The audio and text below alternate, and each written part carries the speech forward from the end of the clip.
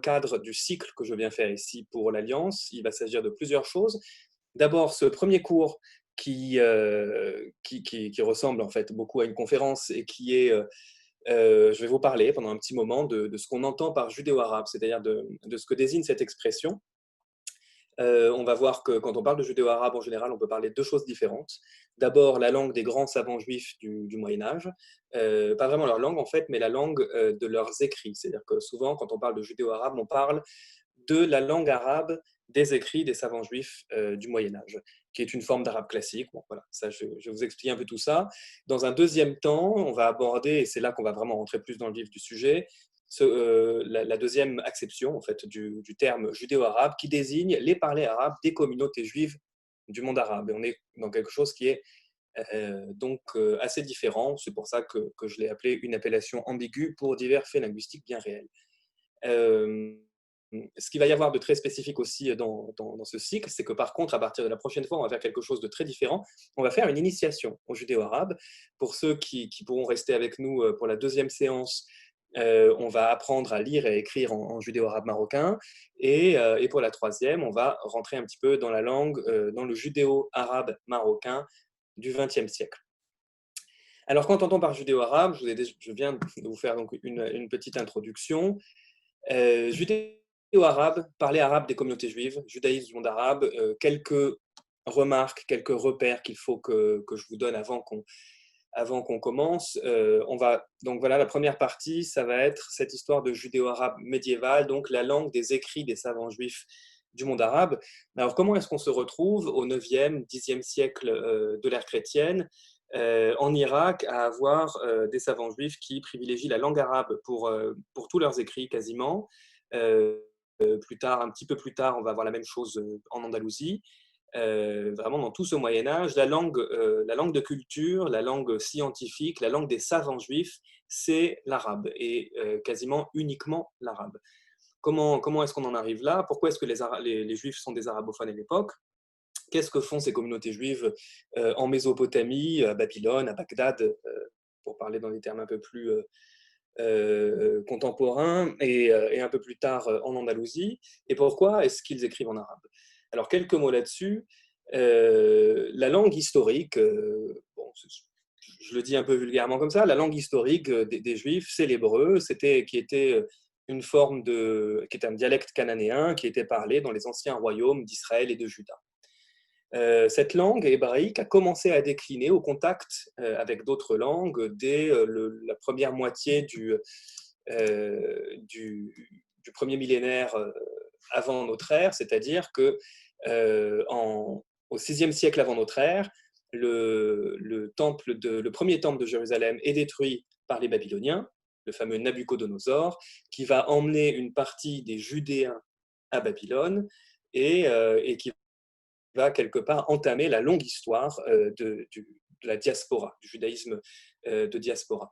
Quand les Judéens arrivent à Babylone, ils sont au contact d'une autre langue, donc le babylonien, mais surtout de l'araméen. L'araméen, qui est une autre langue sémitique, qui a commencé à se diffuser de manière assez massive dans tout le Proche et le Moyen-Orient. Quelques décennies plus tard, une partie des Judéens retournent en Judée, ils vont reconstruire le temple, donc là on est vraiment dans l'histoire ancienne, mais la langue araméenne gagne du terrain un peu partout. On pense qu'au cours de cette période du Second Temple, donc dans les derniers siècles du premier millénaire avant notre ère, l'hébreu commence à disparaître. Alors, il y a un débat, hein, la question n'est pas complètement tranchée, mais pour savoir à partir de quel moment vraiment l'hébreu a arrêté d'être une langue parlée par les Judéens, et à quel moment vraiment l'hébreu a complètement laissé la place à l'araméen. Certains vous diront que c'est dès le deuxième siècle avant notre ère, c'est-à-dire que les Judéens qui habitaient encore en Judée, les ancêtres des Juifs qui habitaient encore en Judée, ne parlaient déjà plus l'hébreu, en tout cas plus en première langue, leur première langue étant plutôt l'araméen, voire le grec, et auraient conservé l'hébreu en seconde langue pendant plusieurs siècles avant qu'on continue. Enfin bon, bref. L'araméen aurait pris cette place-là. D'autres vous diront non, l'hébreu est resté une langue parlée en Judée au moins jusqu'au deuxième siècle de notre ère, à peu près le moment où on va finir de compiler les textes de la Mishnah, qui seront plus tard le centre un petit peu du Talmud. Donc, en tout cas, il y a tout un débat là-dessus, mais ce qui s'est passé, c'est que ce qu'on sait, c'est que la langue araméenne avait quand même pris le dessus, quoi qu'il en soit. On ne sait pas à quelle échelle, mais on sait que la langue araméenne était devenue la langue principale, à tel point qu'au IIe siècle de notre ère, un notable romain qui était venu s'installer en Judée et qui s'était converti au judaïsme, décide de traduire la Bible hébraïque en araméen. Pourquoi est-ce qu'il décide de traduire la Bible en araméen ? Concrètement, parce qu'il sait très bien que le texte en araméen sera beaucoup mieux compris que le texte en hébreu. Donc c'est un indice, c'est un premier indice. Ce notable s'appelle Onkelos, et sa traduction en araméen, elle est toujours utilisée couramment, elle circule, on la connaît toujours, on l'appelle le Targum. Targum qui est un terme araméen qui veut dire à la fois traduction et commentaire. Donc on sait déjà qu'à l'époque, quand on lisait la paracha, il était nécessaire, la paracha de la semaine, il était nécessaire de la traduire en araméen pour au moins pour qu'une partie des Judéens comprennent le texte. Quelques siècles plus tard, donc là, ce dont je vous parlais, c'est le 2e siècle de notre ère. Au 9e siècle de notre ère, un grand savant juif né en Égypte, qui s'appelle Saadia Gaon, né en Égypte. Alors il y a une hésitation sur sa date de naissance, 882-892. Son nom en arabe est Saïd bin Youssef El-Fayyoumi, puisqu'il est né, alors il s'appelle El-Fayyoumi parce qu'il est né dans une oasis qui s'appelle El-Fayyoum en Égypte. Il grandit dans un univers arabophone, puisqu'entre-temps on a eu l'expansion de l'islam et avec l'expansion de l'islam, une diffusion très importante de la langue arabe. Donc il est en Égypte dans un univers arabophone, et puis il ira s'installer, il ira rejoindre les grandes académies talmudiques, d'abord de Babylonie, d'abord celle de Pumbedita, et plus tard celle de Soura. Il deviendra le chef de ces académies talmudiques, d'où son titre de Gaon, qui signifie en hébreu le chef. Son nom hébreu est Rabbi Saadia ben Yosef el-Fayyoumi, ou Saadia Gaon, on l'appelle aussi le Rasag, Rabbi Saadia Gaon. Et lui, donc, au 9e et dans la première partie du 10e siècle de notre ère, il va lui arriver un peu la même chose, il va faire un peu le même constat que le fameux Onkelos dont je vous ai parlé tout à l'heure du 2e siècle. Saadia Gaon évolue dans un univers dans lequel les Juifs sont des arabophones, ils sont tous arabophones, et il se rend compte que ni l'hébreu, ni l'araméen ne sont suffisamment bien compris par les Juifs, et que donc il est nécessaire de traduire le texte biblique en arabe. Sa traduction en arabe, de la même manière que le Targum en araméen, la traduction en arabe de Saadia Gaon, on la connaît, on l'a toujours, elle est très bien conservée. L'arabe qu'il va utiliser est une forme d'arabe classique, notée avec des caractères hébreux. Malheureusement, le texte n'était pas vocalisé, donc la vocalisation qu'on a aujourd'hui sur ce texte, elle vient en fait d'une tradition de lecture qui est celle des Juifs yéménites. Donc, bon, il y a un petit croisement entre plusieurs parlers arabes, mais ce n'est pas très grave. En tout cas, Saadia Gaon, à l'époque, traduit de l'hébreu vers l'arabe et écrit une grande partie de ses textes directement en arabe. Il évolue dans l'univers des califats. La langue diffusée, la langue des Juifs est l'arabe, la langue de la science est l'arabe. C'est l'arabe qui est vraiment la langue dominante à ce moment-là. Saadia Gaon écrit dans une forme d'arabe très littéraire. L'arabe qu'il utilise n'est pas le dialecte qu'il parle. Donc, voilà un exemple d'un passage biblique. En fait, il s'agit du premier verset de la Bible. La Bible hébraïque, le Tanakh, est découpée en 3 parties. La première s'appelle la Torah. Très souvent, d'ailleurs, un peu en abus de langage, on parle de la Torah pour mentionner toute la Bible hébraïque. La première partie, c'est la Torah. La deuxième, c'est les Nevi'im. Et la troisième, les Ktuvim. Les Ktuvim sont les écrits. Saadia Gaon va traduire en fait surtout la Torah. La Torah, c'est les 5 premiers livres de la Bible. Il aura sous la main le texte hébreu, qui est celui-là, qui est le texte d'origine. Il aura aussi le texte araméen, le texte du Targum Onkelos, dont je viens de vous parler, qui est un millénaire plus jeune que le texte hébreu. Le texte hébreu de la Genèse, on le date en général au 9e, 8e siècle avant notre ère. Le texte araméen, donc le Targum Onkelos, il date du 2e siècle de notre ère. Et le texte arabe, qu'on appelle le Tefsir, qui est le texte donc, de Saadia Gaon, lui date du 9e, 10e siècle. Donc on a presque un millénaire en fait entre chaque texte, un peu moins entre ces deux-là. Donc là, il s'agit du premier verset, du premier chapitre, du premier livre de la première partie de la Bible hébraïque.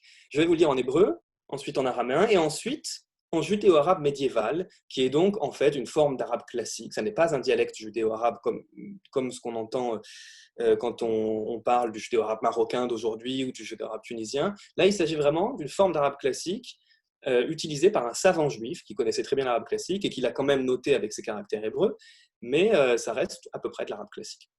Alors voilà le texte en hébreu. Bereshis bara Elohim et ha-shamayim wa et ha-ares. Au commencement, Bereshis, bara Elohim, il a créé Dieu, Dieu a créé et ha-shamayim, les cieux, wa et ha-ares, et la terre. Un millénaire plus tard, le texte est traduit dans une forme de judéo-araméen. Beqazmin, au commencement, Bera Adonai, Dieu a créé, Yas Shmaya ou Yas Ara, les cieux et la terre. Et Saadia Gaon, donc dans cette forme ancienne de judéo-arabe, en fait une forme de judéo-arabe littéraire, Awulma, au commencement, Khlaqla, Dieu a créé, As-samawat wal-ard, les cieux et la terre. Alors, quand on connaît l'arabe classique, on reconnaît la structure, mais la vocalisation, ça c'est très particulier. Je ne sais pas si vous avez les éléments pour comprendre vraiment de quoi je parle. La vocalisation n'est pas celle qui a dû être utilisée par Saadia Gaon, c'est celle d'une tradition de lecture ultérieure utilisée par les Juifs du Yémen. Malheureusement, c'est ce qu'on a sous la main. On a le texte consonantique médiéval et les voyelles beaucoup plus tardives du Yémen. Mais en réalité, c'est un peu la même chose qu'on a en hébreu. On a un texte, celui-là, qui date du 9e, 8e siècle avant notre ère, et une vocalisation, tous ces points voyelles, ça c'est même en hébreu, le Nikoud, qui lui apparaît, qui lui est une codification faite par les gens qu'on appelle les massorettes, donc c'est vraiment le début du Moyen-Âge, c'est presque 1500 ans après qu'on a rajouté ces voyelles. Donc en fait, même quand on regarde de l'hébreu biblique, on est aussi face à une tradition de lecture beaucoup plus tardive, qui ne correspond pas à la manière dont on devait prononcer ou lire l'hébreu à l'époque de la rédaction du texte. Bref, je vous montre deux autres versets. En fait, les deux versets suivants. On reprend l'hébreu. Donc, Genèse, chapitre 1, verset 2. Waha'ares haïsa sohu wavohu, wahoshech alpene sehom, waruach Elohim marahefes alpene hammai. Waha'ares, et la terre, haïsa sohu wavohu, était tohu bohu, c'est ce qu'on traduit, c'est cette expression qui a donné le français tohu bohu, donc qui en réalité en hébreu ancien est assez mystérieuse au niveau étymologique, on a beaucoup de mal à comprendre exactement ce que ça veut dire. Il y a certaines Bibles qui le traduisent par la terre était désolée, vide ou n'était que néant, voilà, c'est quelque chose de cet ordre-là. Ce qui est assez compliqué, c'est que le mot tohu, autant celui-là, on arrive à le rattacher à d'autres langues sémitiques, on comprend à peu près ce que ça veut dire, autant celui-là, le vorou qui suit, on se demande si c'est pas juste un petit exercice stylistique. C'est peut-être uniquement esthétique, quoi. Donc, et la terre était tohu bohu, elle était désolation et néant, ou hosher, et l'obscurité, alpene serom, à la surface des abîmes. Térom, c'est un mot du sémitique ancien qui signifie vraiment le fond des eaux et qu'on va retrouver dans beaucoup de mythologies du Proche-Orient ancien. Ce mot va être utilisé par exemple par les Babyloniens en fait, en babylonien, c'est le nom de la déesse mère de la création du monde, Tiamat. C'est assez intéressant qu'on retrouve ce mot-là vraiment dans le deuxième verset de la Bible. Bref. Ruach Elohim est le souffle de Dieu, le souffle ou l'esprit de Dieu, très compliqué de traduire ruach, ça a énormément de sens. Plane au-dessus de l'eau. Un millénaire plus tard, Onkelos le traduit en araméen, et la terre, Hawas était Sazia, c'est beaucoup plus clair l'araméen là-dessus, était mise de côté, et complètement vide. Et l'obscurité, al-apet teroma, à la surface, sur la face des abîmes, des abysses. Roha min kodam Adonai, et le souffle de Dieu menacheva, soufflé, al-apet maya. Sa'dia Gaon, 9-10e siècle, en Irak, le traduit en arabe, Wal ard et la terre, Kant Ramira, était partait dans tous les sens, débordée, Ou Mustabhira, et désertique, Ou Zlam et l'obscurité, Ala Wash al-Ghamr, au-dessus de l'eau. C'est l'eau, c'est l'eau à peu près. Warrahullah est le vent de Dieu. Donc en arabe, il choisit. C'est ça qui est intéressant dans cette traduction, c'est qu'on comprend déjà, on a déjà des indices de comment est le texte hébreu à travers leur choix de traduction en arabe. Le fait que Sa'adia Gaon choisisse de traduire Ruach Elohim, qui peut vouloir dire le souffle de Dieu, le vent de Dieu, l'esprit de Dieu, lui il choisit de le traduire Rihullah. Rihullah, c'est plus clair en arabe. Ça veut dire le vent. C'est clairement le vent, c'est plus l'âme, c'est plus l'esprit. Warrahullah, tahub, souffler, ala wajalma, à la surface de l'eau. Troisième verset. Wa yomer Elohim, et Dieu a dit, Yehi or, qu'il y ait de la lumière, Wa yehi or, et il y eut de la lumière. En araméen, Wa amar Adonai, Yehe nehora, Wa hawa nehora. Bon, mot à mot la même chose. Et en arabe, là encore, il y a une volonté, une petite bifurcation dans la traduction. Le verbe qui est utilisé, ce n'est pas le même qu'en hébreu et en araméen. Et pourtant, il existe en arabe. On aurait tout à fait pu choisir ou de garder exactement le même verbe ou de traduire clairement le verbe hébreu-araméen. Il y a une petite bifurcation. En hébreu, le verbe qui est utilisé pour dire, c'est le verbe amar. Amar en hébreu, ce n'est pas n'importe quel verbe dire, c'est celui qui est attribué à Dieu. Il est attribué à d'autres gens aussi, mais il a assez souvent la fonction d'une parole autoritaire ou d'une parole qui va engendrer un acte derrière, une parole qui est effective. Le même mot, amar, bon, il a le même sens en araméen. En arabe, le même verbe, amara, a un sens assez différent. Amara en arabe, ça veut dire commander.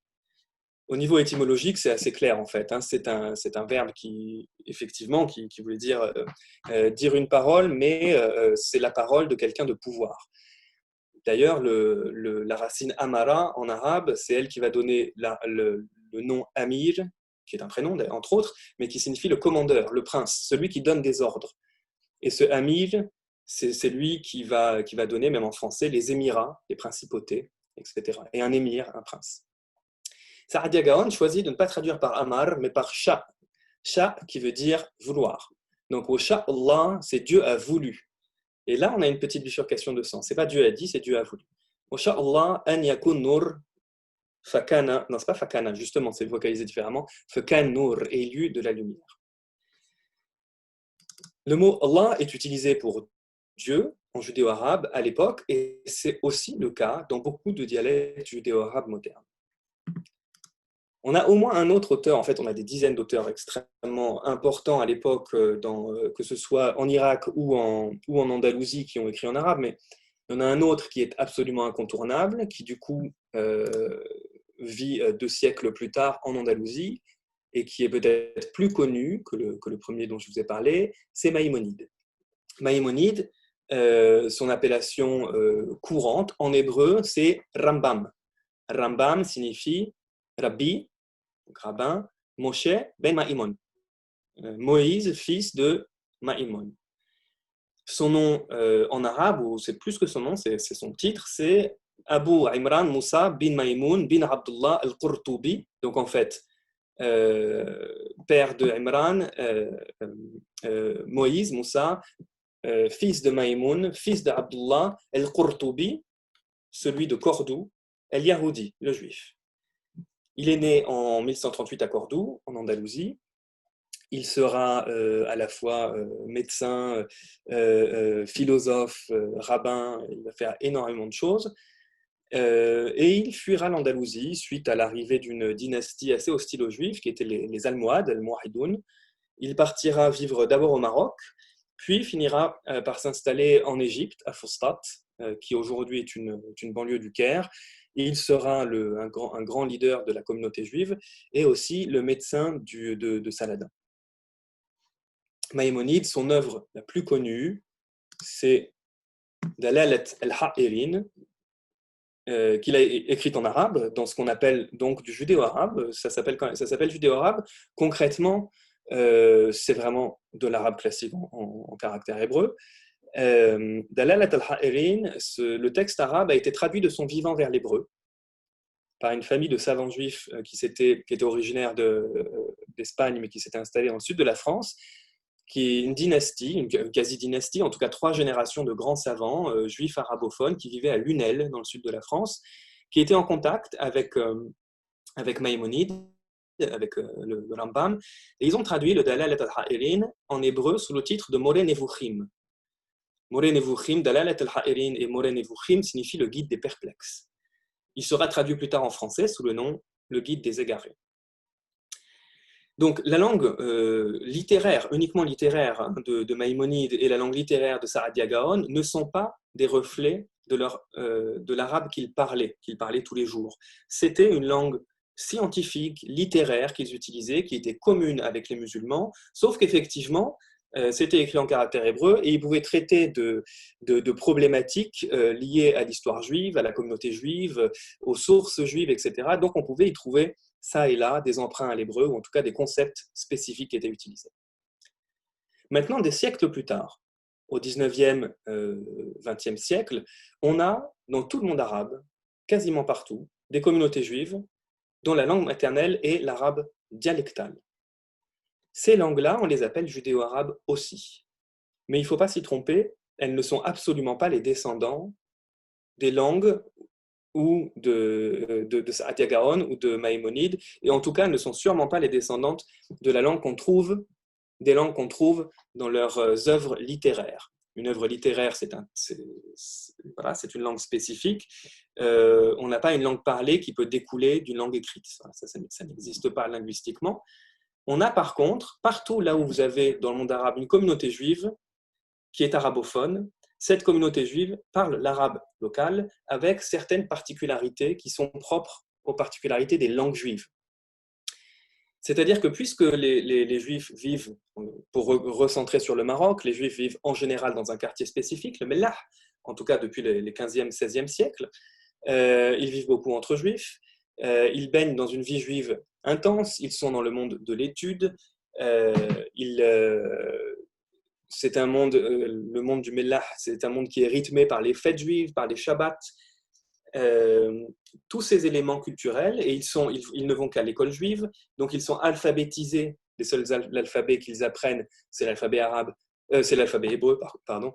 Ils travaillent sur les sources juives, donc ils sont vraiment sur le Tanakh, sur le Talmud, sur le Midrash.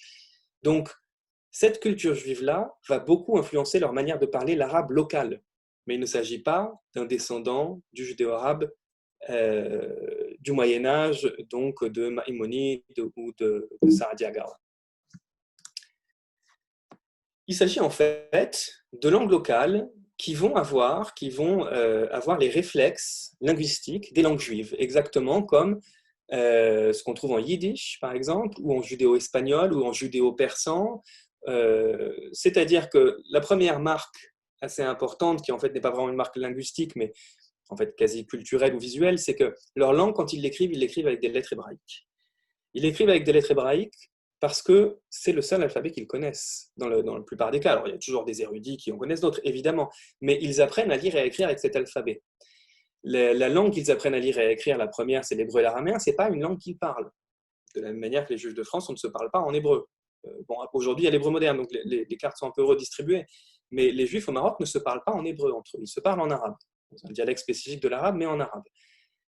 Donc en fait, quand ils vont avoir le réflexe d'écrire la langue qu'ils parlent tous les jours, mais c'est mécanique, ils vont l'écrire avec l'alphabet qu'ils connaissent. Exactement comme aujourd'hui, quand vous allez sur les réseaux sociaux et que vous regardez des Français d'origine marocaine ou algérienne ou tunisienne qui veulent échanger quelques mots en arabe, ou même des gens qui sont au Maroc ou en Algérie et qui ont un clavier latin uniquement sous la main, ils vont noter l'arabe dialectal avec l'alphabet latin, avec plus ou moins de cohérence ou de régularité.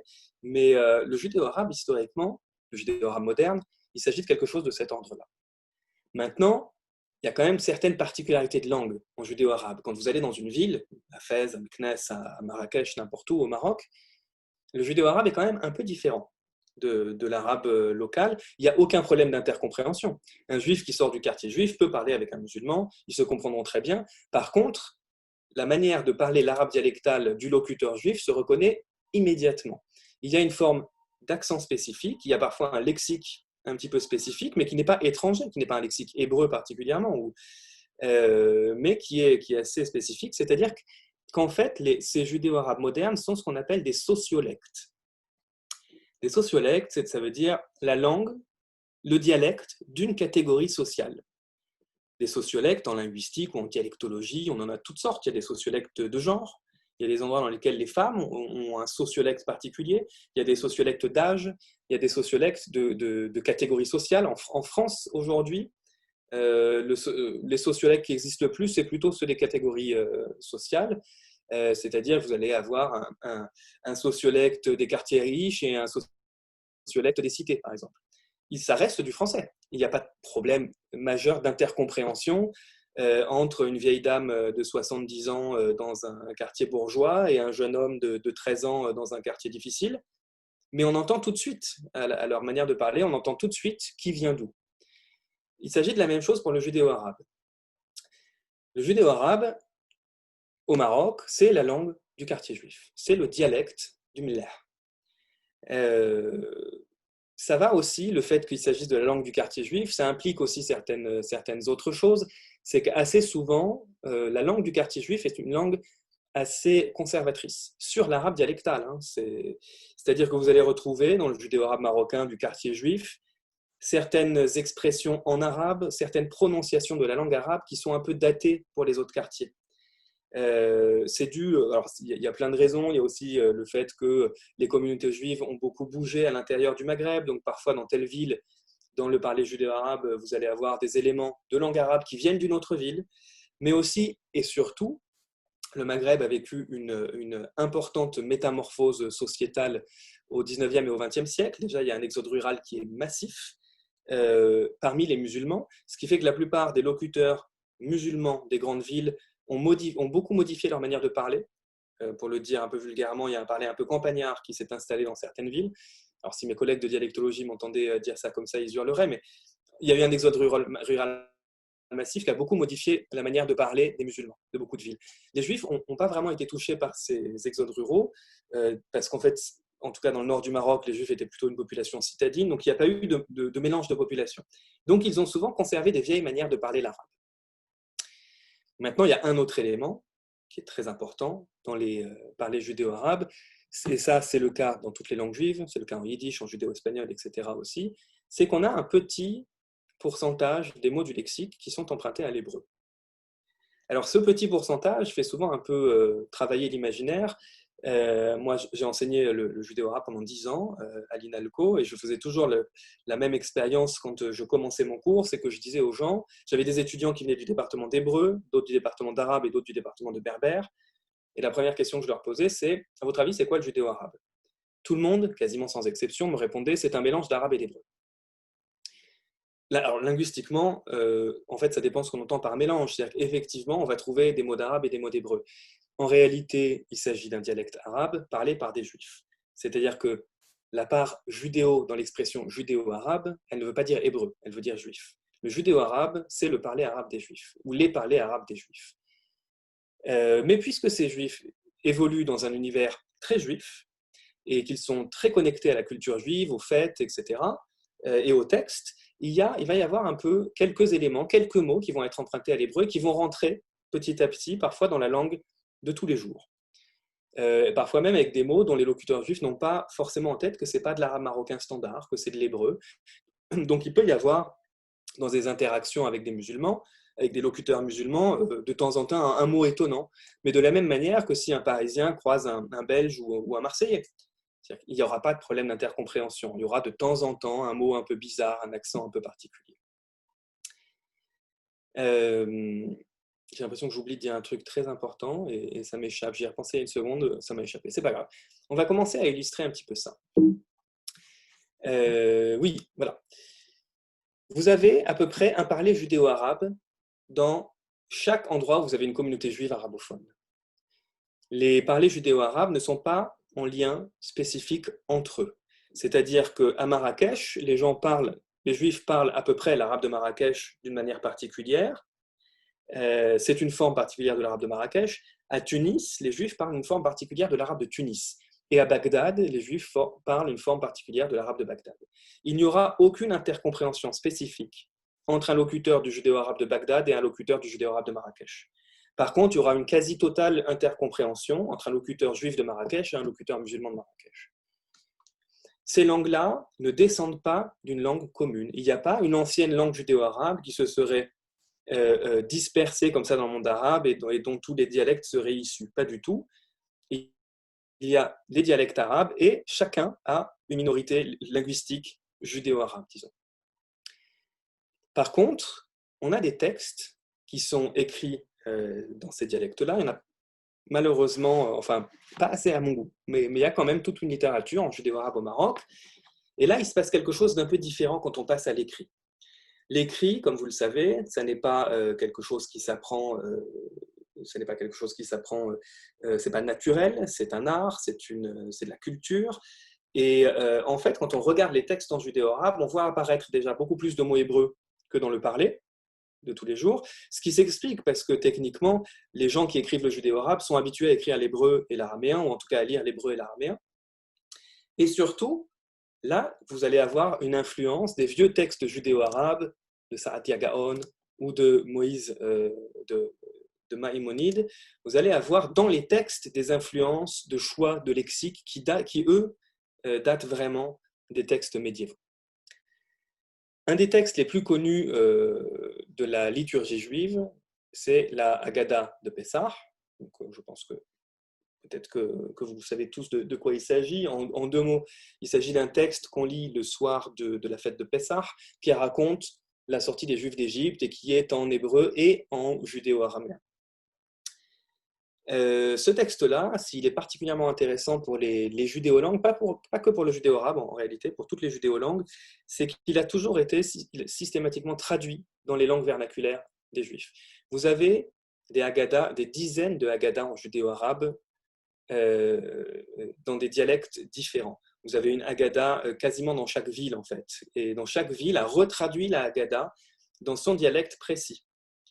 La Haggadah de Fès et la Haggadah d'Essaouira au Maroc, c'est pas le même texte. Alors, il y a clairement eu des influences, hein, le texte n'est pas complètement réinventé à chaque fois ou complètement retraduit de l'original araméen ou hébreu, mais en tout cas, il y a des précisions dialectales dans ces textes qui sont assez systématiques et qui sont, je trouve, assez extraordinaires.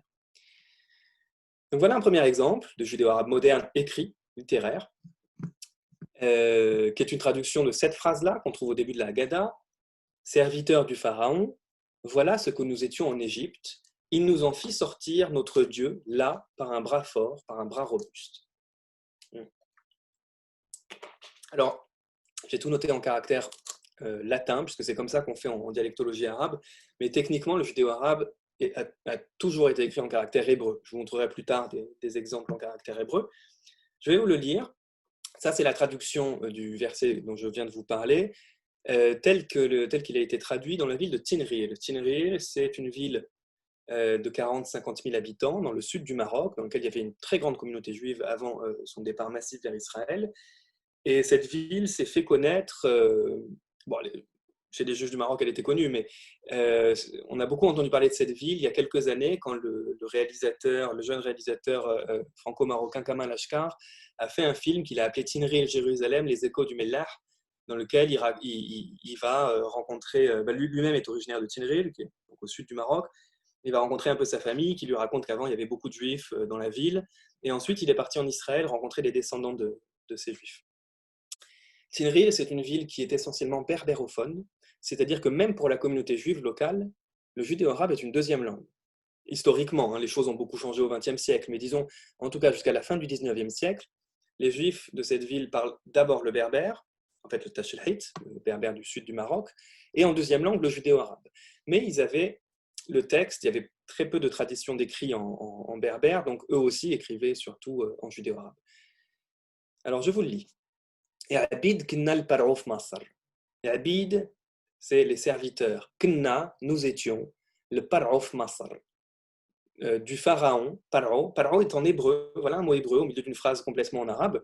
Et Abid Kunna, le Paro of Masar, tout est en arabe sauf le mot Paro qui est en hébreu. Masar signifie l'Égypte. Donc, nous étions des serviteurs du pharaon en Égypte. Et Abid Kunna le Paro of Masar.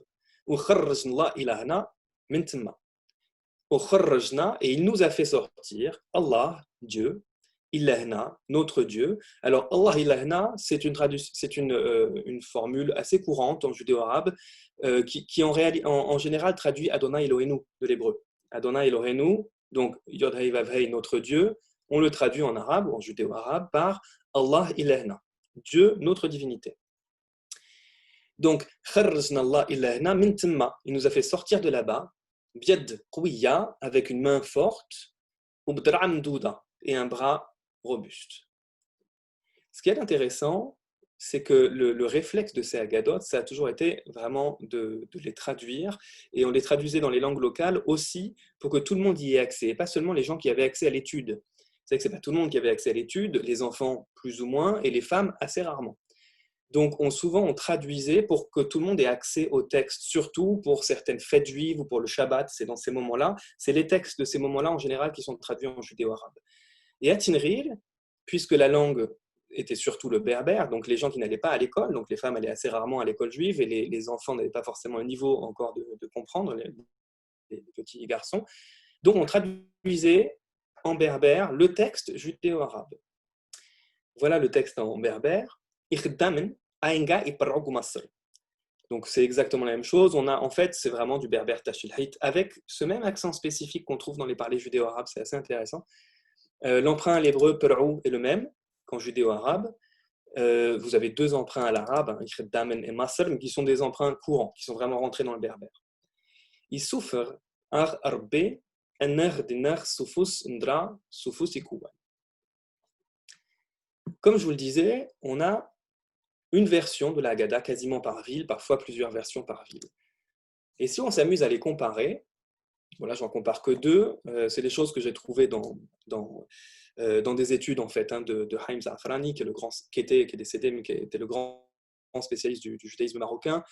Il y en a un autre grand chercheur qui est Joseph Chetrit, qui a beaucoup travaillé aussi sur le judéo-arabe et sur le judéo-berbère. Là, ces deux versions-là, la version de la Haggadah de Tinril et celle de Essaouira, c'est tiré des études de Haïm Za'afrani. Donc, je vais vous montrer comment, en fait, le même texte, il est retraduit dans chaque ville et chacun l'a adapté à son dialecte précis, vraiment celui de son quartier. Voilà un passage de la Haggadah de Tinril. Kharraj, il a fait sortir Hakadosh Barucho. Hakadosh Barucho, c'est de l'hébreu qui est passé dans le judéo-arabe complètement, qui signifie en hébreu Hakadosh Baruchu, en hébreu moderne, le Saint béni soit-il. Donc, Kharraj Hakadosh Baruchu, Jdudna min Masar. Il a fait sortir Jdudna, nos ancêtres, min Masar, d'Égypte. Le même passage, dans la Haggadah d'Essaouira, c'est quasiment le même, mais il y a quelques petites variantes. Le Kharraj de Tinril, ici, est prononcé Kharraz. Et dans les textes judéo-arabes, ça peut se voir. C'est-à-dire que quand on est noté en hébreu, le Kharraj, il est parfois noté avec un guimel, alors que le Kharraz, il est toujours noté avec un zayn. Donc, parfois, la graphie hébraïque nous permet de voir la nuance. Donc, Kharraz Allah, Zdudna, min Masr. Kadosh Baruchu, qu'on trouve dans la Haggadah de Tinril, dans la Haggadah d'Essaouira, on ne dit pas Kadosh Baruchu, on dit Allah. Donc, c'est Dieu, Allah, Kharraj, Zdudna. Le Jdudna de Tinril est prononcé Zdudna à Essaouira, men Masar. Deuxième petit exemple, on est vraiment dans de la variante de dialecte. C'est très intéressant pour la dialectologie arabe parce que quand on traduit, les choix de traduction nous informent sur ce qui est le plus fluide dans les dialectes. Ça ne veut pas dire qu'à Essaouira, on n'aurait pas pu dire comme ça. Ça veut dire que c'est plus logique pour l'auteur d'Essaouira de le dire comme ça. Donc c'est une information dialectale.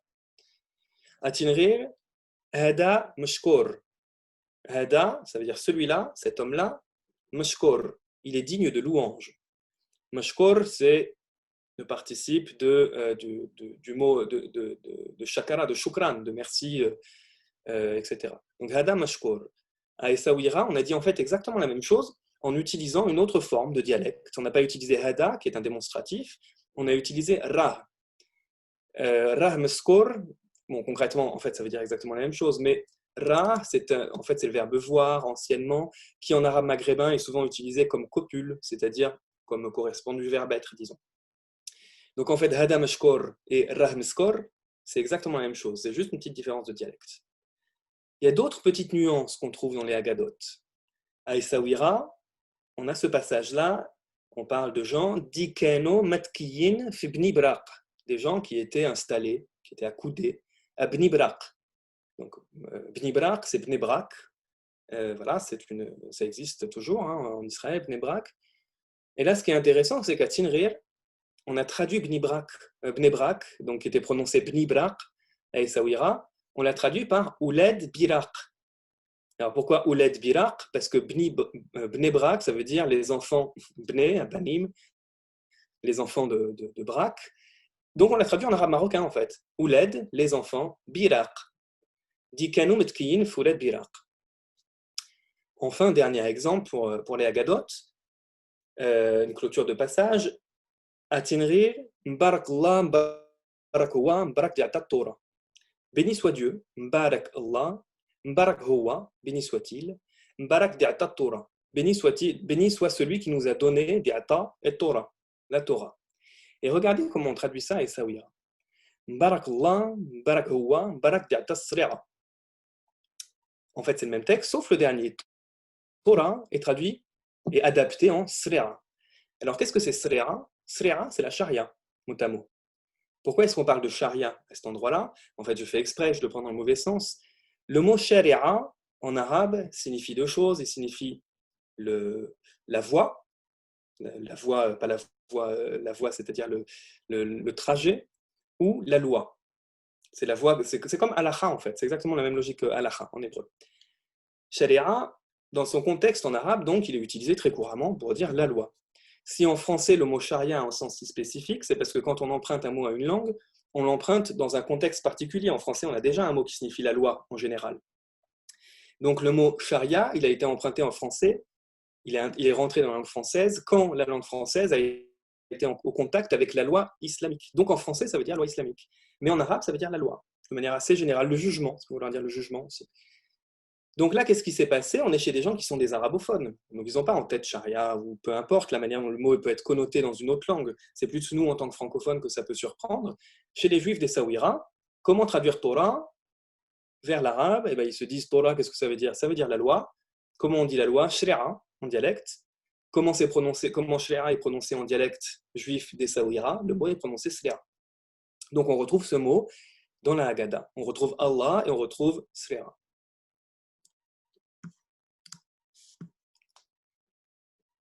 Voilà un texte que j'aime beaucoup, Ehad Miodea, qui est un texte de la liturgie du Seder de Pessah également. C'est un texte qui a une histoire très différente, puisque c'est un texte qui arrive très, très tard dans les Haggadot. La Haggadah, donc c'est ce recueil de textes pour le Seder de Pessah.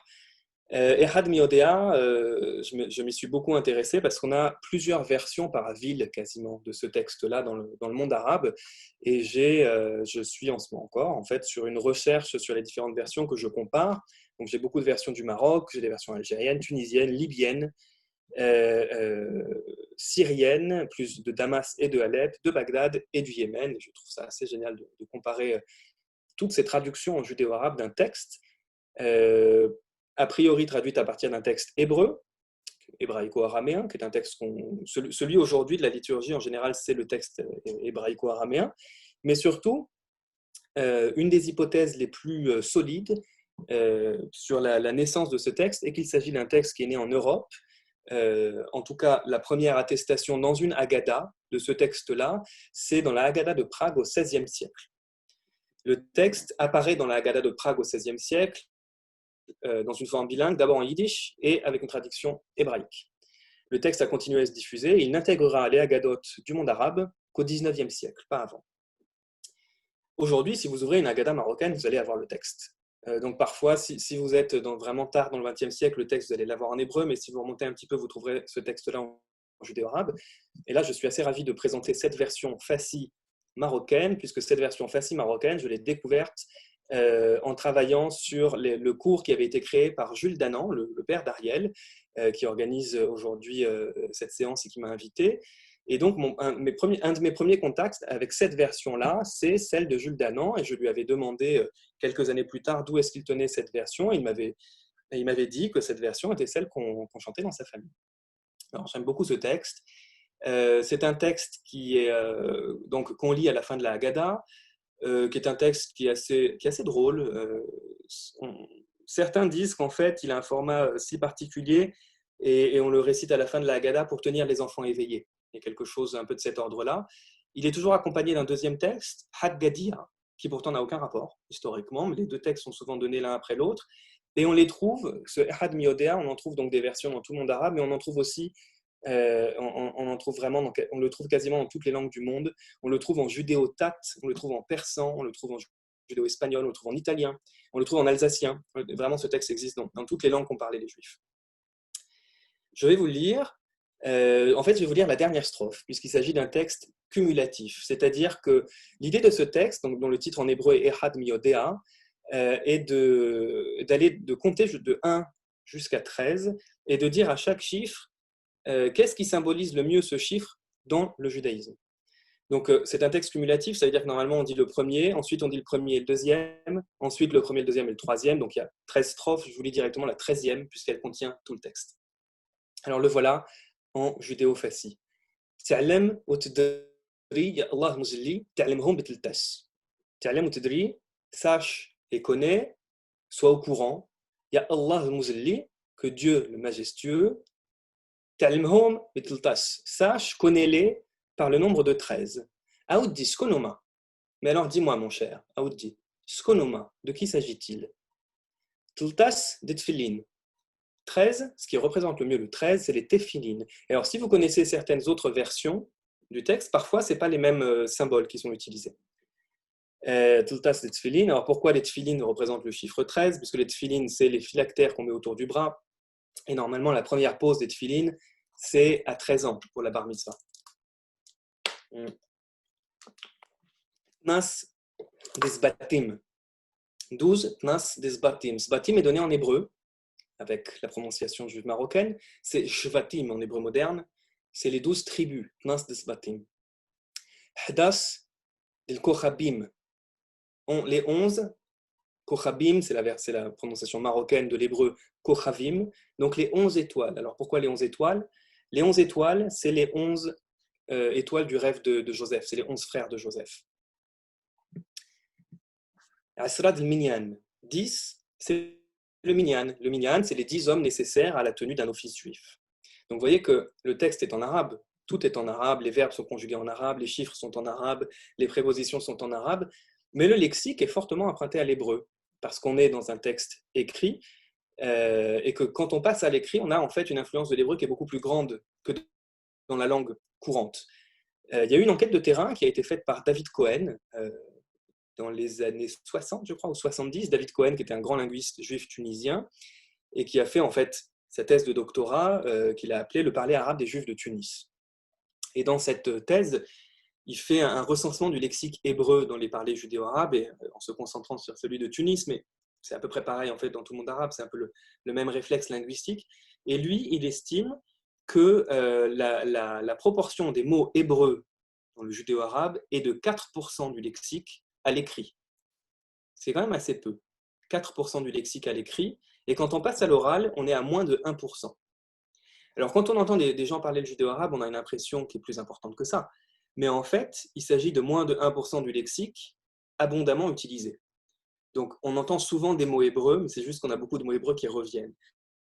Si vraiment on regarde tout le lexique, on a moins de 1% de mots hébreux. Mais dès qu'on est dans un texte, on en a beaucoup plus. Alors, quand on est dans un texte liturgique, on en a évidemment encore beaucoup plus. Là, il y en a plus que 1 ou 4%. Bon, Asra del Minyan, donc 10, c'est le Minyan. Tes Ashor del Hebla. 9 mois. Qu'est-ce que c'est 9? C'est les mois de la grossesse. Ashor del Hebla. Temneyem del Mila. 8, c'est les jours de Mila. Le Mila, dans les parlers judéo-arabes, c'est la circoncision. On peut utiliser des termes arabes aussi, mais en général, on le dit avec le terme hébreu, le Mila. On ne dit pas le Brit Mila, on dit plutôt le Mila. On peut aussi dire en arabe l'ikhtana ou tahar. Enfin, il y a d'autres expressions en arabe, mais quand on parle d'une circoncision juive, concrètement, on dit le mila. 7 أيام ديال الحبة, 7 jours du mariage. Hoppa, c'est la hoppa, hein, 7 jours du mariage. Sittat Sidre Misna, les 6 ordres de la Mishnah. Khams Khmas de Tzora, là en fait c'est une traduction de l'hébreu du Hamisha Humshe Torah, c'est-à-dire les 5 cinquièmes de la Torah. Arba'ad Limahot, 4 c'est les matriarches. Tletza Romal Abot, 3 c'est les patriarches, l'Abot, Abraham, Ishaq et Yaakov. Zuz, Moshe wa Haroun. 2, c'est Moïse et Aaron. Moshe wa Haroun, en fait, c'est l'hébreu prononcé en judéo-marocain. Ul Wahid wa Allah. Et celui qui est un, l'unique, c'est Allah, c'est Dieu. Usma wat smawatso. Et les cieux sont ses cieux. Wal ard ardho. Et la terre, c'est sa terre à lui. Wahna abidho. Et nous sommes ses serviteurs. Di Rabbi subhanahu. De Dieu, le majestueux. La ilah illallah. Si vous connaissez un peu l'arabe, ça peut paraître surprenant. La ilah illallah signifie il n'y a de Dieu que Dieu. Ce qui peut paraître surprenant, c'est qu'il s'agit mot pour mot de la première partie de la profession de foi musulmane. La ilaha illallah wa Muhammad Rasulullah, c'est-à-dire il n'y a de Dieu que Dieu et Mahomet est son messager, ou Mahomet est son prophète. Donc là, en fait, ce qui est assez frappant, c'est que dans les 2 dernières phrases de ce texte, en fait, on sort du cadre de l'arabe dialectal et on va emprunter des formes. Alors, c'est pas de l'arabe classique, c'est de l'arabe dialectal classicisé. C'est-à-dire qu'on lui donne comme ça une forme d'allure en rajoutant certaines voyelles, en rajoutant certains suffixes. On lui donne une tête comme ça d'arabe classique. Et on utilise des expressions qui sont vraiment des expressions coraniques. La ilaha illallah, c'est une expression islamique complètement. Hein. Rabbi subhanahu, subhanallah, c'est pareil, c'est plutôt des expressions islamiques. Mais alors pourquoi est-ce que les auteurs font ça? Parce que c'est des arabophones et que le lexique du sacré, ou le registre, plutôt plus le registre que le lexique, le registre du sacré, c'est la langue de l'islam. Donc, pour mettre dans un texte juif, si on veut lui donner un cachet comme ça, du crédit spirituel et religieux et sacré, eh ben on va emprunter directement des formules et des expressions aux formules islamiques. Ce n'est pas toujours le cas, ce n'est pas le cas dans la langue parlée.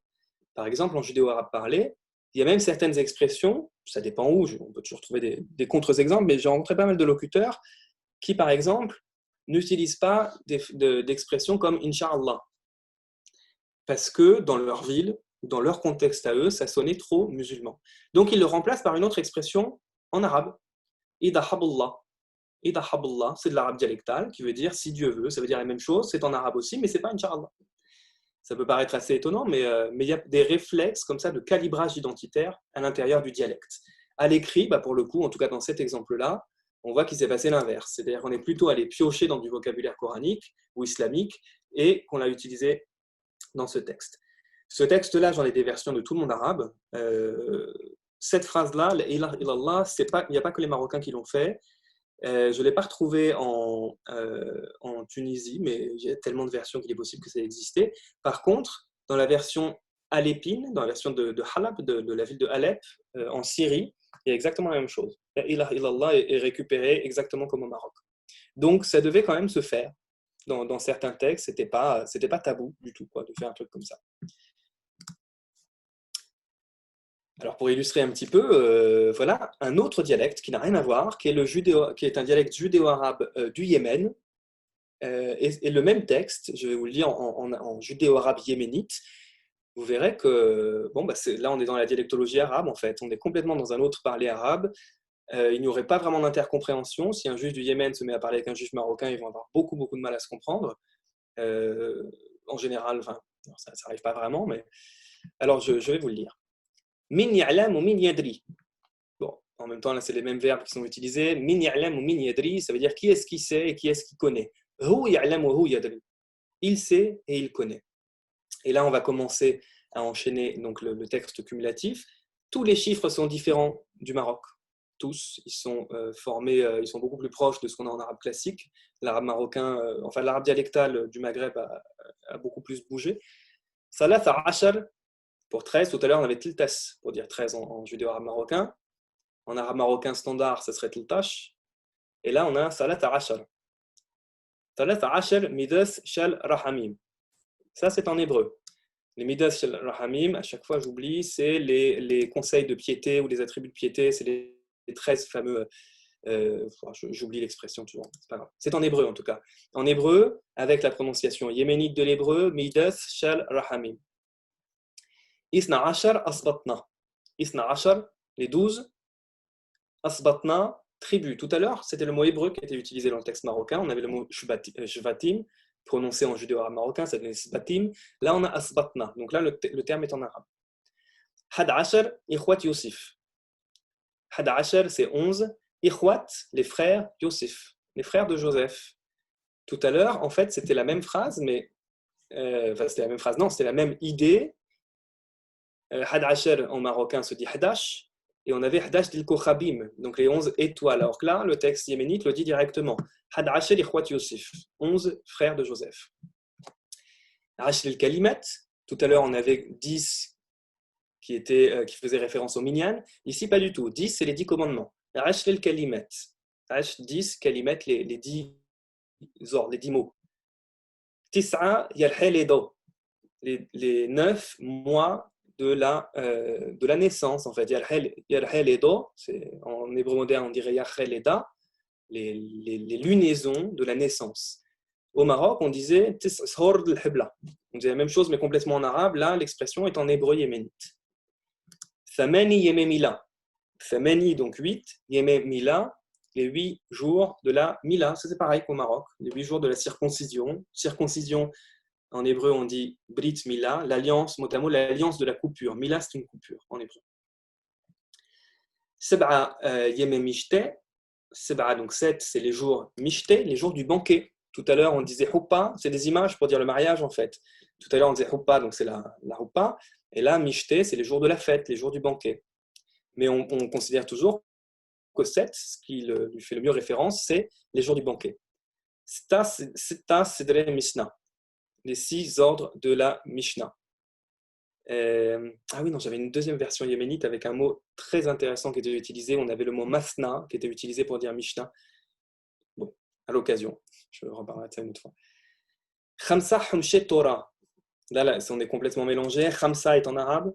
Humshe Torah, c'est les 5e de la Torah. On a une expression en hébreu, normalement, intégralement en hébreu, qui est Hamisha Humshe Torah. Au Maroc, elle était complètement traduite en arabe. C'était, comment c'était au Maroc? Khmas de Torah. Et là, on a une expression mélangée. Khamsa en arabe, Humshe Torah en hébreu. Arba imatana. 4, c'est les matriarches. Complètement dit en arabe. Au Maroc, on avait dit imarot. Là, tout est en arabe. Salatha abatana. 3, c'est les patriarches. Ithnain, Moussa wa Haruna. C'est la même chose que tout est dit en arabe. Tout à l'heure, au Maroc, il y avait Moshe et Aaron. Moshe ou Haroun. Et ici, au Yémen, tout est traduit. Moussa. Moshe devient Moussa et Aaron devient Haruna. Wahid khalaqna Allahu. Et celui qui est l'unique, khalaqna, notre créateur, Allahu. Bon, en fait, ça, le PowerPoint que je vous montre là, c'est quelque chose, c'est une conférence que j'avais donnée dans un cadre avec des arabisants. Donc, en fait, j'avais tout transcrit en caractère arabe pour montrer la fréquence des mots hébreux, ce que vous voyez en souligné. En fait, c'est les deux mêmes textes. Hein. Ça, c'est le texte marocain et ça, c'est le texte yéménite. J'ai juste souligné les mots hébreux pour qu'un arabisant voit tout de suite la fréquence de ces mots dans ces textes-là. Bon, voilà, il n'y a rien de nouveau ici. Voilà encore autre chose. Les textes, le judéo-arabe, c'est toujours écrit en caractère arabe, à quelques exceptions près. En réalité, on écrivait en caractère hébreu, pardon. En réalité, on écrivait en caractère hébreu parce que c'est l'alphabet qu'on connaissait, tout simplement, et que les Juifs étaient très rarement arabisés au niveau de la lecture et de l'écriture, encore que, à certaines périodes, ça a pu se faire. Ça se fait un petit peu en Égypte, par exemple. Mais au XXe siècle, à la fin du XIXe siècle et au début du XXe siècle, il y a un peu les débuts de la dialectologie arabe, et vous avez surtout pendant les périodes de la décolonisation, vous avez des universitaires français qui arrivent au Maghreb et qui vont faire des enquêtes de terrain et qui vont vraiment créer la discipline de la dialectologie arabe et qui vont essayer de repérer un peu tous les dialectes arabes les plus étranges ou les plus particuliers plutôt. Et vous avez un savant qui s'appelait Louis Bruno qui a fait un peu tout le tour du Maroc et qui est allé, par exemple, faire une étude sur le dialecte des femmes dans la médina de telle ville, les dialectes arabes des Berbères du sud, etc. Et il s'est intéressé aux dialectes arabes des populations juives également. Donc il est allé à Fès et il a rencontré un notable local qui s'appelait Eli Malka. Et ensemble, ils ont fait un peu le tour du quartier juif, et ils ont recueilli un certain nombre de textes. Ils ont publié en deux parties les résultats de leurs recherches. Donc en 1939 et en 1940, à Rabat, on a une œuvre qui est sortie qui s'appelle Texte judéo-arabe de Fès. Et c'était vraiment un travail universitaire destiné aux dialectologues, aux gens qui étudient l'histoire de l'arabe et l'histoire des dialectes. Donc, pour des raisons vraiment pratiques, il ne l'a pas noté en caractère hébreu. Il a noté le judéo-arabe de Fès en caractère latin étendu, avec une extrême précision, jusqu'au timbre de la voyelle, l'assourdissement de certaines consonnes. C'est-à-dire que c'est en fait beaucoup plus c'est d'une précision maximale de noter l'arabe dialectal ou n'importe quelle langue en fait, avec un code adapté, particulièrement adapté à ça, qui ne s'encombre pas d'étymologie, qui ne s'encombre pas d'orthographe, mais vraiment très précisément la notation de ce qu'on entend. Et il a également noté ce judéo-arabe en caractère arabe, ce qui pose le même problème que la graphie hébraïque en réalité, c'est-à-dire qu'on est sur on a un nombre limité de signes et on est obligé de s'adapter à peu près. Bon, en tout cas, c'est vraiment du judéo-arabe. Peu importe la notation en réalité, c'est vraiment le dialecte juif de Fès. Là, par exemple, il s'agit du 34e texte, mais voilà, c'est le titre du texte, c'est Bra, Bra c'est une lettre, dit Rabbe, la lettre du rabbin, Sla, de la synagogue, et Talb Squila, il demande à l'école, s'il peut aller enseigner, c'est la prononciation facile de Iqarri en dialecte marocain moderne, s'il peut aller y enseigner ou y éduquer les enfants. Et vous avez la même chose ici en caractère arabe, mais du coup, pas du tout avec la même précision. C'est-à-dire que si je vous lis les caractères arabes, j'ai aucun moyen de savoir de quel dialecte il s'agit, de comprendre les particularités de prononciation, alors que là, toutes les nuances apparaissent. Je vais, je pense, terminer là-dessus. Oui, je vais terminer là-dessus. Le judéo-arabe, donc voilà, je crois que vous en avez déjà pas mal entendu ce soir. On a un certain nombre de textes en judéo-arabe, beaucoup de textes qui servaient à l'organisation du culte et circulaient dans ces communautés les textes dont je vous ai parlé au tout début, des textes de Saadia Gaon et de Maïmonide. Donc je vous rappelle, le parler arabe des Juifs de Fès, par exemple, n'est pas du tout un descendant des parlers judéo-arabes de Maïmonide ou de Saadia Gaon, mais les gens connaissaient leurs textes. Et donc ces textes-là, en judéo-arabe médiéval, ont quand même influencé les textes en judéo-arabe moderne. Mais c'est une influence qui va de la langue écrite vers la langue écrite. Et ces textes-là, à un moment, ils étaient plus du tout compris, parce que c'est dans un parler arabe qui est trop lointain, donc les gens ne les comprenaient pas concrètement. Les Juifs de Fès qui essayaient de lire Maïmonide ou Saadia Gaon, des érudits bien sûr, pouvaient comprendre, mais la moyenne des gens, disons, ne les comprenaient plus, donc il a fallu les retraduire. Donc on a traduit du judéo-arabe vers le judéo-arabe. Voilà un exemple d'un texte assez drôle, qui est un texte de Maïmonide, retraduit en judéo-arabe marocain, moderne, 19e, 20e siècle. C'est transparent au niveau du sens pour quelqu'un qui parle l'arabe marocain. Et c'est un texte assez drôle, puisque c'est un texte dans lequel Maïmonide donne des conseils de digestion et d'alimentation à la communauté juive. Alors je vais vous le lire.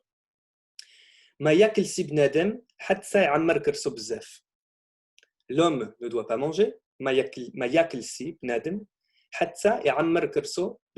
jusqu'à ce que son ventre soit trop rempli. Il doit seulement s'arrêter au quart de sa satiété. Et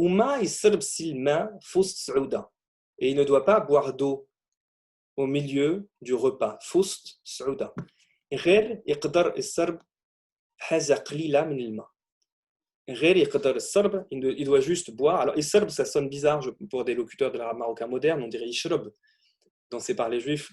Bref, bon, c'est un détail de phonétique, mais en tout cas, on a souvent une voyelle qui se déplace, etc. Il doit juste boire un tout petit peu d'eau. Et ça doit être mélangé avec du vin. Et quand la nourriture commencera à se digérer, il pourra commencer à boire ce dont il a besoin, sans abuser non plus de sa boisson, du fait d'avoir bu de l'eau. Bon, je traduis mal, mais c'est pas grave.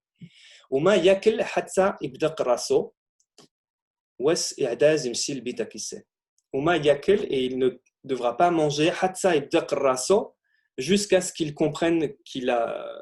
Alors, c'est compliqué, c'est une expression compliquée, je reviendrai dessus après. Il ne faudra pas qu'il mange jusqu'à ce qu'il ait compris qu'il a besoin d'aller aux toilettes. Voilà. Alors là, on a des mots hébreux à la fin. Bita kissé, ça veut mot à mot la salle du siège, donc c'est une manière de dire les toilettes, et c'est en hébreu. Tout le reste c'est en arabe, sauf ça, et ça c'est assez extraordinaire. C'est un verbe hébreu qui est complètement rentré dans le parler judéo-arabe, et c'est un contre-exemple. C'est-à-dire que normalement on dit que les mots d'hébreu qui rentrent dans la langue sont des mots qui sont liés au culte. Je passe d'or pour un livre de prière, par exemple, ou des choses comme ça. Ou des mots qui sont liés à l'organisation de la vie juive ou du quartier juif. C'est des trucs très très contextuels, puisque en fait on n'a pas, techniquement, quand on parle une langue, on emprunte rarement un mot dont on n'a pas besoin. Donc un arabophone n'a pas besoin d'aller emprunter un autre mot. Par contre, si ça correspond à un concept qu'il n'a pas dans sa langue, là il va l'emprunter tout de suite. Regardez, tout à l'heure je vous ai donné l'exemple de charia en français. On n'a pas de mot en français pour dire loi islamique, donc on a emprunté un mot en arabe. Parfois, il y a des contre-exemples qui n'en sont pas complètement. C'est-à-dire qu'à l'origine, ce mot dont je vous parle, le bdr, il est issu d'une expression hébraïque. Avant la fête de Pessah, on dit qu'il faut faire la vérification du hametz. Il faut aller chercher s'il ne reste pas du pain dans la maison. Et ça, en hébreu, ça s'appelle bdikat hametz, en hébreu moderne. En hébreu prononcé au Maroc, ça se disait bdikat hametz. Donc, on envoyait les gens aller vérifier. Et bdiqa veut dire vérification en hébreu. On envoyait les gens vérifier et on disait ruh tbdiq, va faire la bdiqa. Et c'est devenu un verbe bdiq qui a commencé à s'utiliser au début de manière très contextuelle pour dire vérifier qu'il ne reste pas de pain. Et ça se conjuguait nebdiq, tbdiq, ibdiq, nbedqu, ça se conjuguait en arabe, quoi. Et petit à petit, dans les parlers juifs, dans certains parlers judéo-arabes, ce mot, le sens s'est complètement élargi et il a fini par signifier vérifier de manière extrêmement courante, à tel point que des locuteurs juifs n'ont pas forcément en tête que c'est de l'hébreu. Ils vont l'utiliser comme, pour dire vérifier ou chercher quelque chose, n'importe quoi. Alors, bon, j'ai quelques autres diapos, mais qui ne sont pas forcément... ça, c'est peut-être pas intéressant. Peut-être juste terminer là-dessus. Aujourd'hui, les parlers judéo-arabes modernes se sont quasiment perdus. En fait, pour qu'il y ait un parler judéo-arabe, il faut qu'il y ait une communauté juive dans le monde arabe. Et surtout, c'est une langue qui se développait dans pas n'importe. Il ne faut pas juste qu'il y ait quelqu'un qui soit juif et qui habite dans le monde arabe. Il faut qu'il y ait une vie populaire juive. C'est-à-dire qu'une langue, un dialecte se développe dans un quartier, elle se développe dans une communauté. Le judéo-arabe, c'était au Maroc la langue du quartier juif avant tout.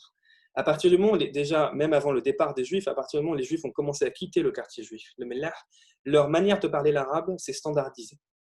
Quand vous allez à Casablanca aujourd'hui, que vous voyez les Juifs de Casablanca qui vivent au Maroc, les gens connaissent en général le judéo-arabe, mais si vous les entendez parler en arabe dans la rue, ce n'est pas du judéo-arabe, ils parleront du dalija, c'est-à-dire de l'arabe marocain standard. Par contre, la majorité des Juifs marocains qui ont quitté le Maroc dans les années 50, 60, 70, disons, l'écrasante majorité est partie en Israël. On pense à 80% d'entre eux à peu près qui sont partis en Israël, qui représentaient dans les grandes lignes, bon, c'est dit un peu facilement, mais qui représentaient les masses populaires, vraiment. Tous les Juifs du Maroc, du sud du Maroc, par exemple, sont en Israël, beaucoup de gens des quartiers juifs. Les gens un peu plus aisés, ou ceux qui avaient les moyens de partir en France, sont en partie partis pour la France ou pour le Canada. C'est évidemment plus nuancé que ça, mais dans les grandes lignes, il y a quelque chose un peu de cet ordre-là. Et les gens qui sont partis en Israël, ce sont, dans un premier temps, bon, toute l'histoire des Juifs marocains d'Israël, des camps de transit, les Marabarot, ça a été assez compliqué, puis ensuite les répitoires, les villes de développement. Mais ça a créé un phénomène de villes dans lesquelles vous avez une proportion très importante des habitants de la ville en Israël qui sont d'origine marocaine. Ça va être le cas à Ashdod, à Ashkelon, à Petah Tikva, à Dimona, à Arad, dans plein d'endroits en Israël. Et leur langue d'origine était beaucoup plus le français que l'arabe. Pardon, c'est l'inverse. Pour cette population-là, leur langue de famille était beaucoup plus l'arabe que le français, contrairement à beaucoup de gens qui sont partis vers la France. C'est vraiment une histoire de classe sociale. Cette situation a mené au fait que, même si l'arabe s'est complètement dilué, il est perdu, en grande partie, le judéo-arabe marocain, même en Israël, mais vous avez quand même encore des petites poches de résistance, en fait, de personnes assez âgées en général, mais qui se parlent encore en judéo-arabe. Et vous avez beaucoup d'expressions judéo-arabes marocaines qui sont passées dans l'hébreu moderne. Alors, c'est de l'hébreu de famille, c'est de l'hébreu de quartier. Ce pas des expressions assez rarement qui sont rentrées vraiment dans l'hébreu israélien littéraire, c'est-à-dire que ce pas des choses dans les discours publics ou en littérature qu'on trouve, mais dans pas mal d'endroits, vous avez des expressions en arabe marocain ou des traductions calques de l'arabe marocain qui vont être utilisées en hébreu. Et dans mes enquêtes de terrain, j'ai entendu, parfois, là, les exemples que je vous donnais, c'est des commandes en fait. J'ai demandé à des locuteurs de me donner des exemples de quand ils mélangent un peu hébreu moderne et arabe marocain. Et voilà ce que ça donne. Je vais vous lire le premier. Il s'agit d'une dispute. Donc c'est quelqu'un qui dit à quelqu'un d'autre Makara lecha. Ça c'est en hébreu moderne. Makara lecha, qu'est-ce qui t'arrive? Sbahti ma'ouj à boker. Sbahti ma'ouj. Tu t'es réveillé tordu à boker ce matin. Donc là on a un vrai mélange. Et quand la personne a besoin de dire quelque chose de très expressif et que ça sort un peu que ça vient du cœur, ça sort en judéo-arabe. Sbahti ma'ouj à boker. Al tatri li ta'ouj alay. Ne commence pas à les ta'wej. Les ta'wej, c'est le verbe marocain ta'wej, qui veut dire tordre ou la faire à l'envers à quelqu'un. Et le mot est rentré ça devient un verbe en hébreu. C'est la forme verbale de l'hébreu, leitpael, et on met un mot d'arabe marocain dedans, leit ta'wej. Donc, al tatri leit ta'wej alay, ne commence pas à me la faire à l'envers. Olid gazder, et ne me fais pas une crise d'hystérie, ne me fais pas une agjdor. Agjdor, c'est du berbère. La agjdor, c'est la scène des pleureuses pendant les enterrements. C'est rentré dans l'argot en arabe marocain et c'est rentré en hébreu moderne. Dans certains quartiers, dans certaines villes, on dit lehit gashder, c'est-à-dire faire une crise d'hystérie. Al tatril les tawej ou les gashder alay yawul haram. Bon, la fin est en arabe, yawul haram. Bon, c'est pas très gentil. Deuxième phrase, nemsik para alik. Ça, c'est une expression vraiment en judéo-arabe marocain. Nemsik para alik. Para, c'est un mot d'hébreu ancien, la kapara qui est le sacrifice expiatoire de Kippour kapara. Ce mot-là est rentré dans le judéo-arabe marocain dans le sens de sacrifice. Et donc, souvent, une mère ou une grand-mère va dire à ses enfants ou à ses petits-enfants qu'elle les aime tellement qu'elle se sacrifierait pour eux. Donc, nemsik para alik. Je serai ta kapara, je te remplacerai. Et ce qui est intéressant, c'est qu'en arabe marocain, chez les musulmans, on a d'autres expressions qui ressemblent à ça. Quand on dit ishwinifik, c'est une expression qui n'est pas du tout spécifiquement juive, mais il y a cette idée du sacrifice. Ishwinifik, une expression qui, je ne sais pas si ça s'utilise beaucoup en judéo-arabe, mais ça s'utilise en marocain standard, ça veut dire que Dieu me brûle pour toi. C'est j'irai en enfer à ta place. Ishwinifik. En judéo-arabe, on a donc ce type d'expression avec des mots d'hébreu qui sont rentrés. Nemsik para alik, je serai ta kapara. De la même manière, on dit nabbi bask. Nabbi bask, c'est je porterai, nabbi bask, je porterai tes mots. En fait, c'est des expressions qui se construisent à partir des concepts de Pessah, de Kippour, pardon. Nabbi bask, c'est la même chose, c'est je serai ta kapara, c'est je vais me sacrifier pour toi. Et ça, on entend en Israël. Ce qui est intéressant, c'est que là, le judéo-arabe marocain a influencé l'hébreu moderne, et la kapara, qui est un mot d'hébreu ancien qui est passé en judéo-arabe marocain, est réemprunté en hébreu moderne. Et on dit en hébreu moderne kapara alecha, qui veut dire vraiment ani alech kapara alecha, c'est la traduction mot à mot du judéo-arabe. Donc c'est un mot qui a vraiment fait le voyage judéo-arabe hébreu, non pardon, hébreu judéo-arabe hébreu. Et après, ça devient aussi un mot affectueux. On dit kapara sheli en hébreu israélien, c'est oh mon amour, kapara sheli, kapronet. Il y a plein d'expressions qui découlent de ça. Bref. Donc je finis cette phrase. Nemsik para alik, je me sacrifierai pour toi. Et celui-là que fonde Ithel Mzalo, que fonde son mazal. Ah, ou Yeshli Surfa. Yeshli Surfa, c'est j'en peux plus, tête qui tourne. Voilà. Donc ça, c'est des phrases qui mélangent également, comme on avait en judéo-arabe, qui vont mélanger l'hébreu et l'arabe, mais sauf que ce n'est pas le même hébreu.